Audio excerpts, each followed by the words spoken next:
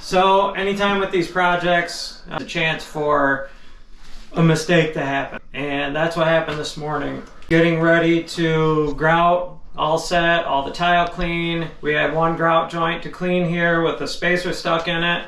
And I brought in my needle nose and they slipped out of my hand. Tipped down, hit there, and now we've got a chipped tile. And we've got to get that out of here. I'm gonna walk you guys through kind of my process of how I do this. Okay. First thing is make sure you have some cardboard to set the rest of your tools on. I've got this small angle grinder. I like this thing. It's got a dust cover over top of it so it keeps all the dust down. We are going to be drawing a big X in this and maybe even cutting it up a little bit more. We're inside, almost finished house, so we've got our vacuum going. Make sure you're running a vacuum when you're doing any kind of grinding or cutting inside a house. It's just respectful and the only thing to do. We've got Schluter Dietra down beneath these, so we don't want to go too deep. Schluter Dietra is a product that's made to prevent cracks in tile floors. It's also a waterproofing membrane. It comes in roll form. It's really easy to install. It's the only thing I use for bathroom floors. It's the way to go. Next thing is to take your hammer and give a couple good direct hits to the center of each of these pieces and loosen that up. Next, you're going to take your chisel. This is a dedicated one I use just for tile. You're going to get in between the two cut pieces and knock those loose. You have to be real aware of the chips that are coming off of the broken tile. If some of those get caught in between your broke tile and the existing tile that's next to it, you could damage surrounding tile as you're prying up on your broken one. And always vacuum up in between steps. These were handmade tile. They were made in California, and they can vary up to a 3/16 of an inch difference, which is quite a lot for a 6x6 tile.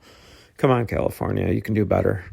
Sometimes it helps to have a little handle on there, so I just put a little masking tape so I can pull it in and out easily without having to pry on the tile next to it. And again, keep an area clean, make sure there's no loose debris in there. When I was cutting through that with the grinder, I accidentally hit the Dietra. I don't think we're going to have a problem in the middle of the bathroom floor. The water's not going to get through that grout and down to that surface and go anywhere, but I wanted to repair it anyways. So this is a weedy product.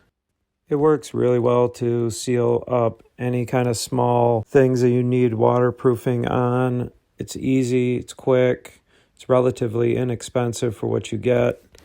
Unfortunately, I was using a horrible new tool that I got, which is this reinvention of the caulk gun. It's a piece of junk. So I'm going to do a review on that here soon. As you can see, I'm struggling with it. Caulk was a little cold, but it still should have been able to push this out.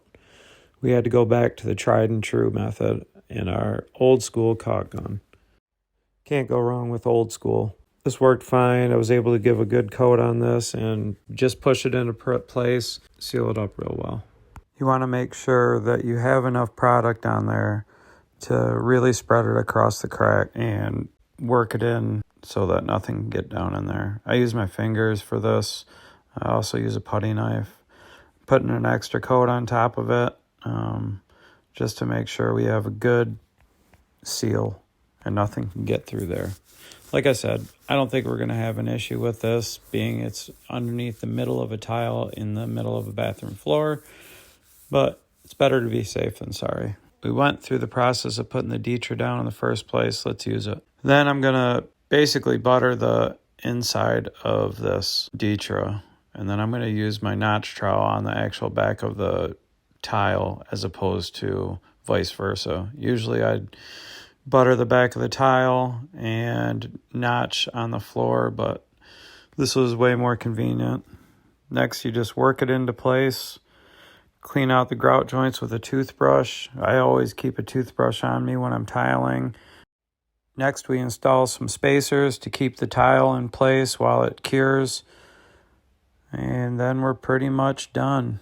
We got to do one last cleanup, Make sure that it is level in relation to the tiles that it is surrounding.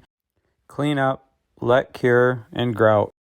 Thanks for watching. If you enjoy these videos, like and subscribe to the channel and help us grow.